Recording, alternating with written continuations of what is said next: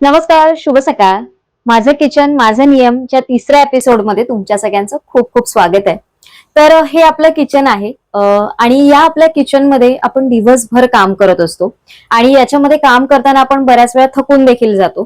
पण over of the period म्हणजे आपण जसं जसं काम करत जातो तशा तशा सगळ्या गोष्टी आपल्याला माहिती पडत जातात आणि कुठल्या गोष्टीसाठी कुठली ट्रिक वापरली पाहिजे किंवा बऱ्याचशा टिप्स अशा असतात की हे वापरून म्हणजे ही गोष्ट जर आपण केली तर आपला वेळ वाचत असतो. तर अशाच काहीशा गोष्टी ज्या आहेत ज्या मी काम करता करता मी शिकलीये. तर म्हटलं चला आज अशा काही टिप्स तुमच्याबरोबर शेअर करते ज्या तुम्हाला पण तुमच्या डे टू डे रुटीन मध्ये युज होतील.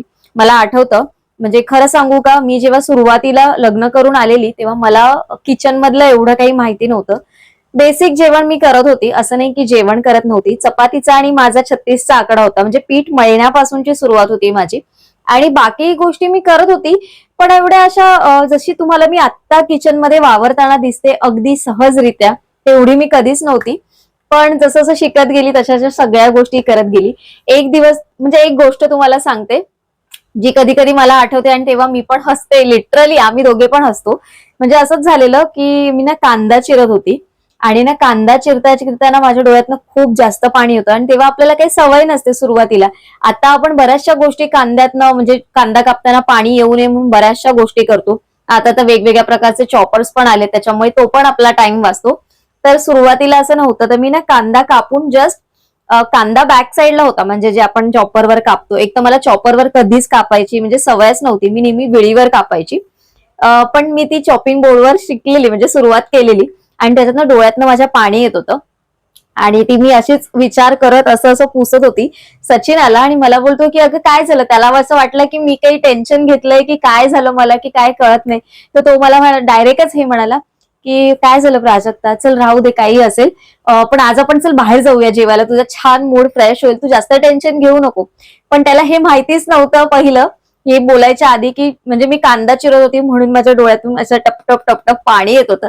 आणि मग आता मला ती गोष्ट आठवते अशी, तेव्हा खूप जास्त हसायला येतं आणि मग तेव्हा पण आम्ही दोघं पण या गोष्टीवर खूप जास्त हसलेलो. आणि असं आमचं होतं कधी कधी की असं जर रोजच म्हणजे कोणीतरी आपल्याला येऊन बोललं असतं की चल प्राजक्ता आजच आपण हॉटेलमध्ये जेऊया की आज आपण चल बाहेर जाऊया, तर किती बरं झालं असतं ना. तर या निमित्ताने ना आज तुमच्यावर हा माझा छोटासा किस्सा आहे, जो खूप लग्नाच्या सुरुवातीला असा घडलेला. आणि अशा बऱ्याचशा गोष्टी आहेत, जर तुम्हाला अजून अशा काही गोष्टी ऐकायच्या असतील तर मला नक्की कमेंट करून सांगा, मी येणाऱ्या ब्लॉग मध्ये नक्की शेअर करेन. तर चला, काल आपण पॅन्ट्री ऑर्गनाइज केलीये, तर आज तुम्हाला थोड्याशा किचन टिप्स पासून सुरुवात करते आणि पहिली जी आपण पॅन्ट्री ऑर्गनाइज केलीये त्याच्याच बद्दलची पहिली टिप तुमच्याबरोबर शेअर करते.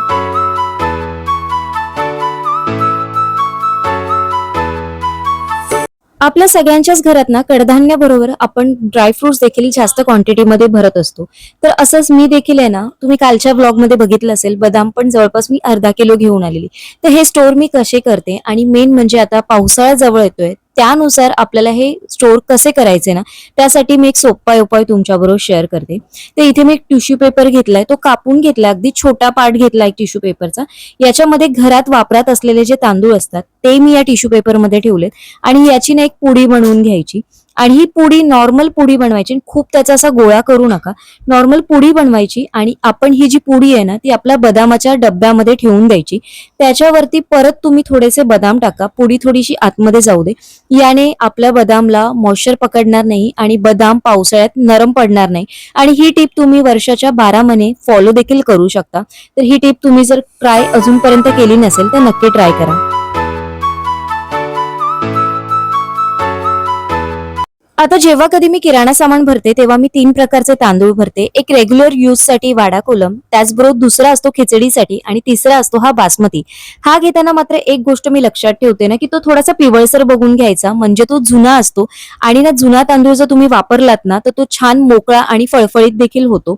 तर आता हा स्टोअर कसा करायचा, कारण जुना तांदूळ असला तर त्याला ना टोका, आमच्याकडे टोका म्हटलं जातं, तुमच्याकडे काय बोलतात मला नक्की कमेंट करून सांगा. तर टोक्यांपासून वाचण्यासाठी याच्यामध्ये ना मी आपल्या ज्या लाल मिरच्या असतात ना त्या याच्यामध्ये स्टोअर करून ठेवते. तुम्ही याच्यामध्ये तमालपत्र देखील वापरू शकता, पण मला तमालपत्र वापरण्यापेक्षा ना मिरचीची ट्रिक खूप सोपी वाटते आणि ती खूप इझी पण वाटते. तुम्ही ही ट्रिक नक्की ट्राय करून बघा.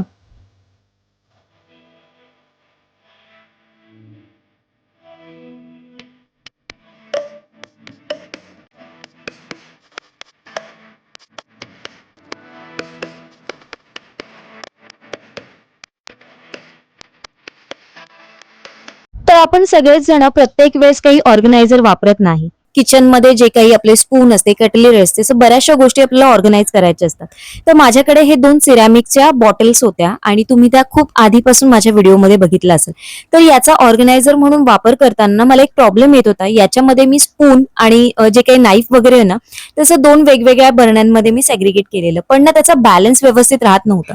तर त्याच्यासाठी मी काय एक युक्ती केली, तर मी याच्यामध्ये ना खाली असे टिश्यू पेपर जर तुमच्याकडे असतील तर, किंवा रियुजेबल मी टिश्यू नॅपकिन इथे वापरले, ते खालची तळाला तुम्ही घालून घ्या, किंवा तुमच्याकडे एखादा जुना कपडा असेल तो तुम्ही तळाला टाका आणि मग तुम्ही याच्यामध्ये तुम्हाला जे काही स्पून ठेवायचे, जी काही कटलरी ठेवायची, ती सगळी याच्यामध्ये प्लेस करा. आता तुम्हाला इथे बघून कळेल की याचा बॅलन्स किती अगदी व्यवस्थित आहे. आणि याच्यापेक्षा जास्त जो स्पूनचा सेक्शन मी ज्याच्यामध्ये ठेवला ना, ते तुम्हाला बघून कळलं असेल बघा, ते किती स्प्लिट झालेलं, असे बाजूला सगळे पडलेले दिसतात. तर जर तुम्ही ते अशा खाली कॉटनचा कपडा जर तुम्ही खाली ठेवाल आणि मग त्याच्यामध्ये स्पून जर असे अडकवून ठेवाल ना, तर ते अगदी नीट व्यवस्थित आणि उभे राहतील. त्याच्यामुळे ना ते काढणं पण खूप इझी होऊन जातं आणि त्याच्यामधनं ना एक आवाज पण येत नाही. तर ही होती आपली एक चौथी टिप. तुम्ही जर अजून ट्राय नसेल केली तर नक्की एकदा ट्राय करून बघा.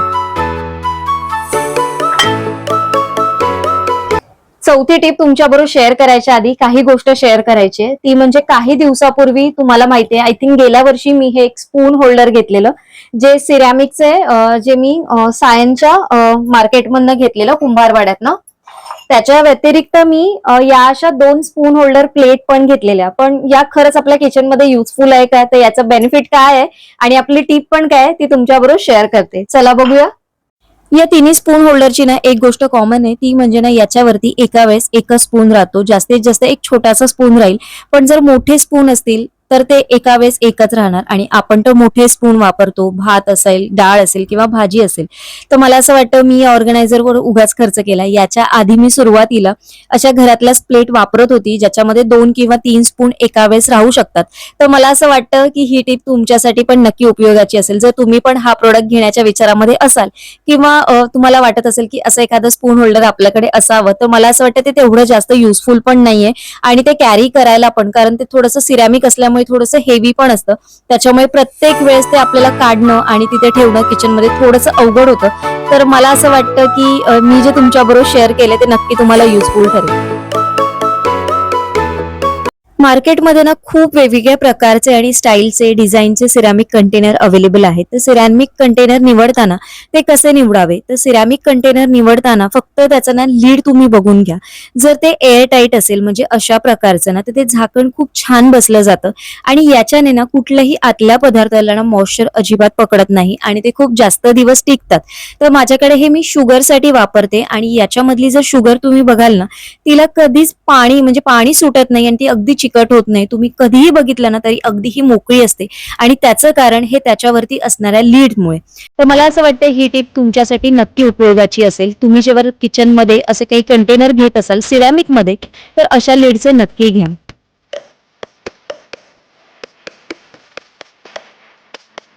आपल्या सगळ्यांच्याच घरात ना तुपाचा एक डब्बा असतो. तर मला असं वाटतं तुपाचा डब्बा हा नेहमी स्टीलचा असावा. तर त्याची 2 कारणं आहेत. तर पहिली टिप म्हणजे आपल्याला काय उपयोगाची पडते, आता उन्हाळ्याच्या दिवसात तूप थोडंसं वितळलेलंच असतं कारण हीट असते त्याच्यामुळे. पण थंडीच्या दिवसात ना आपल्याला बऱ्याच वेळा तूप अगदी छान गोठलेलं असतं, म्हणजे कडक असतं. जर एखाद्या वेळेस आपल्याला गरज वाटली ना, तर तो तुपाचा डब्बा आपण गॅसवर ठेवू देखील शकतो आणि तूप वितळवू देखील शकतो. आणि कधीतरी काय होतं ना, याचं जे तोंड असतं ना, ते थोडंसं रुंद नसल्यामुळे ना आतलं तूप बाहेर काढायला पण प्रॉब्लेम होतो. तर मला असं वाटतं थोडंसं असं जर स्टीलचा डब्बा असेल आणि मोठ्या तोंडाचा असेल, तर तो आपल्याला डेलीच्या यूजमध्ये काम करताना खूप जास्त उपयोगाचा पडेल. बऱ्याच वेळा तुपाचा डब्बा रिकामी झाल्यानंतर त्यातलं सगळं तूप रिकामी म्हणजे त्यातलं सगळं तूप काढून घेण्यासाठी एखाद्या वेळेस आपण चपातीचा गोळा जरी आपण त्याच्यामध्ये टाकला तरी तो अगदी छान मिक्स करून आपण त्याला बाहेर काढू शकतो. तर मला असं वाटतं ही टिप तुम्हाला नक्की युजफुल असेल.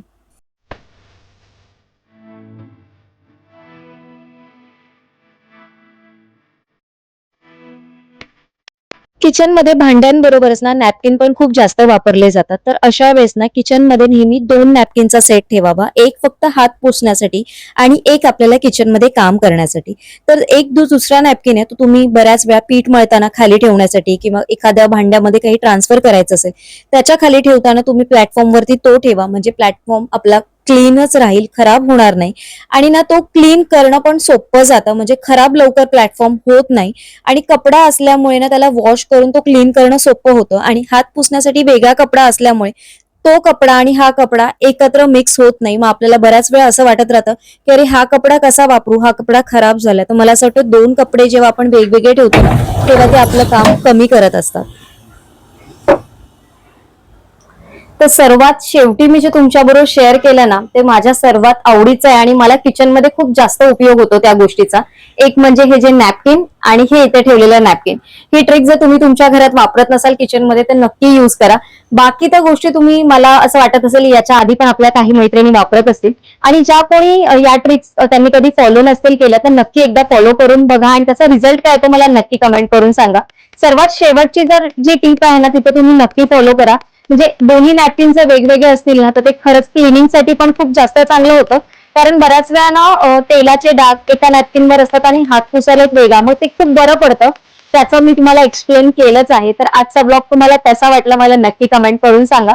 उद्याचा ब्लॉग पण असाच इंटरेस्टिंग असणार आहे. तो काय असणार आहे तुम्हाला उद्या सकाळी कळेल. म्हणजे परवा जेव्हा ब्लॉग येईल त्याच्या सकाळी मी एक नोटिफिकेशन टाकेल, त्याच्यामध्ये तुम्हाला सगळ्या डिटेल्स त्या व्हिडिओ बद्दल कळतील. तर आजचा ब्लॉग इथेच एंड करते. व्हिडिओ थोडा जरी आवडला असेल तर लाईक करा, शेअर करा, तुमच्या फॅमिली आणि फ्रेंड्स बरोबर देखील शेअर करा. सबस्क्राईब केलं नसेल तर सबस्क्राईब करा. उद्या एका छानशा ब्लॉग मध्ये भेटेल. तोपर्यंत सगळ्यांना Shri Swami Samarth. Bye bye, take care.